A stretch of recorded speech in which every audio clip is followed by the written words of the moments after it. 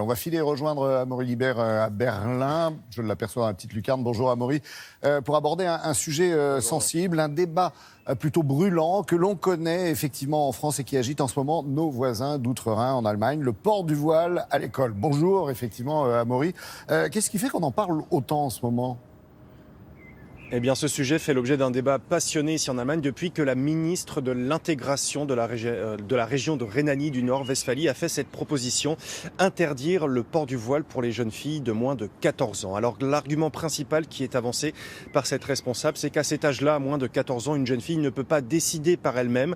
Et donc, cette décision de porter le voile est une décision imposée par les parents. Cette proposition, dont la presse allemande s'est largement faite l'écho, elle divise profondément ici en Allemagne. Elle divise la classe politique, les experts de l'islam, la communauté musulmane, mais aussi les enseignants, bref, à peu près tout le monde, comme on va le voir dans ce sujet réalisé avec Brice Boussoir et Michaela Vert. Des jeunes filles, parfois des enfants, qui portent le voile à l'école. En Allemagne, cette image n'est pas forcément exceptionnelle, mais c'est quelque chose que certains responsables politiques veulent désormais interdire. Selon les préceptes de l'islam, une jeune femme doit se couvrir pour ne pas être une tentation pour l'homme. Mais cela ne peut pas concerner une jeune fille qui va à l'école primaire. Voilà pourquoi je dis que mettre un foulard à cet âge sexualise l'enfant. La proposition fait polémique, particulièrement dans les quartiers populaires, comme ici à Duisbourg. Sur ce marché, ils sont nombreux à s'élever contre une éventuelle interdiction du voile pour les enfants, avec comme argument la liberté de choix et de croyance.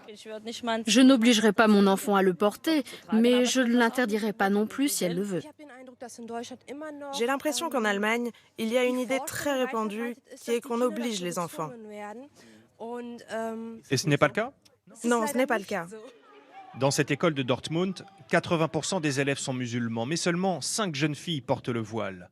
Pour la directrice, une interdiction du foulard n'aurait pas de sens. Le dialogue avec les parents et l'éducation des enfants sont à ses yeux plus efficaces.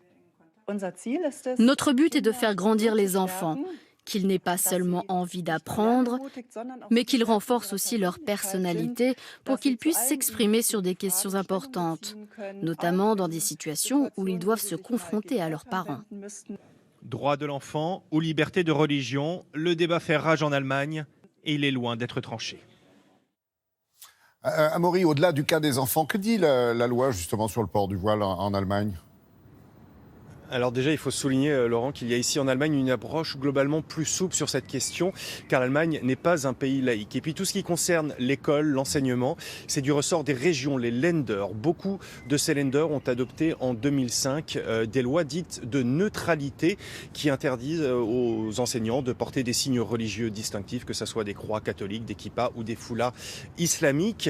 Mais depuis, les tribunaux s'en sont mêlés avec des décisions parfois contradictoires, autorisations, interdictions, c'est assez confus. Il y a un an, c'est le port du voile intégral qui a fait l'objet d'une loi, cette fois-ci fédérale. Elle concerne tous les fonctionnaires, sauf les enseignants donc, qui sont du ressort des régions. Elle oblige ces fonctionnaires à travailler avec le visage totalement découvert, mais cette loi n'interdit pas le port du voile intégral dans l'espace public. Alors l'Allemagne va-t-elle maintenant légiférer sur le port du voile pour les jeunes filles ? Elle pourrait suivre en ce sens l'exemple du voisin autrichien.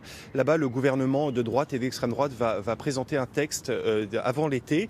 Le gouvernement autrichien qui a avancé à peu près les mêmes raisons que l'on a entendues ici en Allemagne, mais il y a aussi eu le même débat. Est-ce qu'il faut vraiment une loi pour régler ce problème ? Combien de jeunes filles sont exactement concernées ? Et ce gouvernement autrichien a bien été incapable de fournir des chiffres précis. Et à la fin, le ministre de l'Éducation autrichien a dû reconnaître que cette loi avait avant tout une portée symbolique. Merci beaucoup Amaury pour toutes ces précisions très importantes et belle journée à vous sous le soleil de Berlin où on entend les petits oiseaux qui chantent.